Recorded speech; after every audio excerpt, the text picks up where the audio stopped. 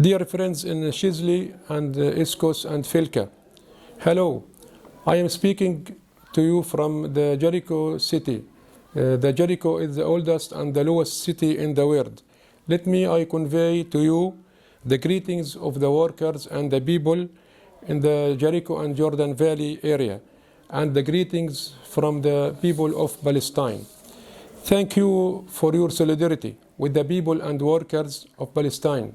Thank you for your continuous support for the Palestine General Federation Beit al-Shab in Jericho district through 20 years of relations, communication, and exchange of experience, experts, visits, and cultures. We hope that this relationship will continue and develop until it becomes a model for all workers and the unionists around the world. I leave you now with my colleagues in the union to talk about the general situation and the status of the education in Jericho and the Jordan Valley area. Thank you. Good morning. My name is Rana Majrouh, one of the members in the Palestinian Federation of Trade Union Beit al-Shab PFTU. The Palestinian Federation of Trade Union in Palestine, based in Jericho and the Jordan Valley, organized workers in different sectors, provides legal advice and defends their rights in both Palestinian and Israeli projects. We have strong international relations with unions to exchange knowledge and improve our services. Since 2010, we have worked with the Italian foundation Iscos to support programs for workers and union members. We extend our thanks to you for your continuous support. Our programs raised awareness about workers' rights under Palestinian and Israeli labor laws, including issues like low wages, work accidents, and occupational safety. We also run workshops preventing child labor and school dropouts. In the West Bank, blockades and closures often stop the flow of goods, making it hard for workers, but global aid is limited. The Palestinian Authority provides some support to poor families, but it's not enough. Low wages and high prices make it hard for families to meet their needs, and many children are forced to leave schools to work, facing dangerous conditions. Ongoing conflicts in Gaza has left 450 workers unemployed in affecting sectors like constructions and agriculture and services. Many families are also struggle to afford university fees for their children. These issues are the result of the war in Gaza and the West Bank, which have led nearly 40,000 unemployed workers. Among them, 195,000 used to work inside the 1948 territories, including 120,000 in the construction sectors, in addition to those employed in agriculture and services. The unemployment rate in the West Bank has reached 31%, while the poverty rate stands at 12% in Jericho. It is around 18.7%, with poverty of 15.5%. All tourism facilities have closed, and the war has affected on sectors in the West Bank, with amount of 11% of the Palestinian labor market, leaving around 6,000 workers unemployed. The construction sector has also declined by 35%, where about 120,000 workers were previously employed. There has been a sharp rise in prices and living costs. Also, we can't forget that residents of the West Bank suffer from the oppressive policies of the occupational and settler attacks, including the expansion of settlements, assaults on citizens and farmers, especially during the olive harvest season, with settlers cutting down and burning olive trees. Internal enclosure of cities and villages and road blockages, beside checkpoints, the separation wall and the closure of gates, preventing farmers from getting their land. On Thursday, October 24th, the National Day of the Palestinian Women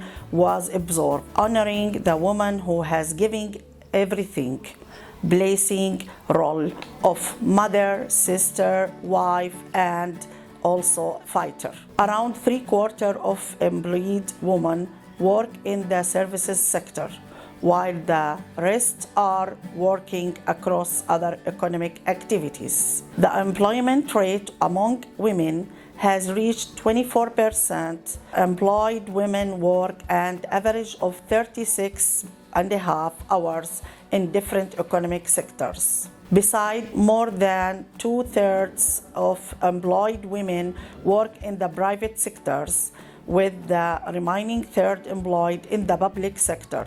17.2% of working women in agriculture activities, 22% in labor unions. Since the war of Gaza began on October 2023, the number of martyrs has reached 42,345, including 11,555 women in the West Bank.